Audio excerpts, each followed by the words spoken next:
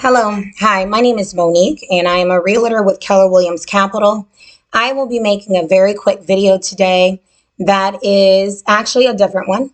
It's actually going to be for tips and strategy for not only the buyer, but today will be the first one that I'm making actually for the seller. So today we'll be doing tips 4 and 5.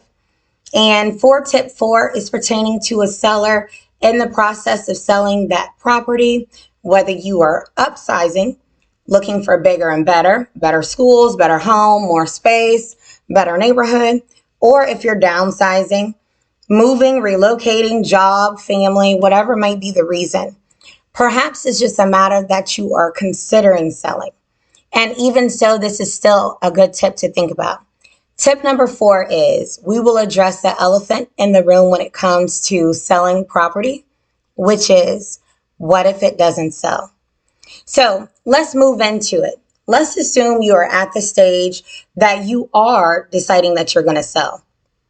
You've had a contract, someone has made an offer, you've accepted it, everything's really exciting, everything's moving very quickly. And one thing that a lot of times we forget is what happens if it doesn't go through? We know it's there.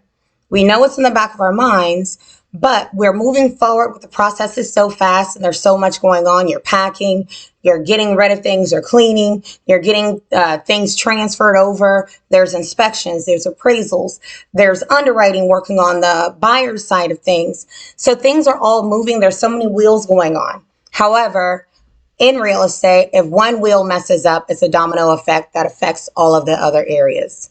In that case, if we are thinking about what happens if this place does not sell, it may be a good thing to think about what will you do.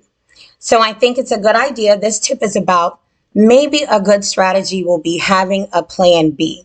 I think a lot of people don't have a plan B in place when they're deciding to move. That plan B may just be being comfortable with the fact that this may not go through.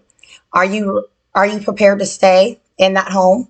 Are you prepared to possibly have to pack up and leave quicker than maybe that new home that you're putting an offer for? Are you prepared? Are you prepared with all the busy lives that we have, with kids, if you have children, with work, if you're working somewhere? Where are you going to stay in the event that you're not able to sell? Is it an urgent matter of you selling? If so, what will you do if you cannot sell this home? And so I think it'd be a good idea to always think about plan B, address what could be the worst scenario, have a plan that you're comfortable with. I know someone who said, well, I'll just crash on someone's couch for a while. Well, that may be fine, but how long is that while? Some closings may actually be delayed. It's a high likeliness they could very well possibly be delayed. And the only problem is it's a complete unknown as to if that delay is just a delay or is that a complete stop. So are you prepared for if it's a complete stop? Have you thought about where you'll stay? How long can you stay? And are you prepared to possibly just stay where you're at? So today's tip is to think about beyond the excitement and the beyond thinking of what you're needing, and think about what's the worst case scenario and are you prepared for that? If your home does not sell in the time frame that you're anticipating, will you still be okay?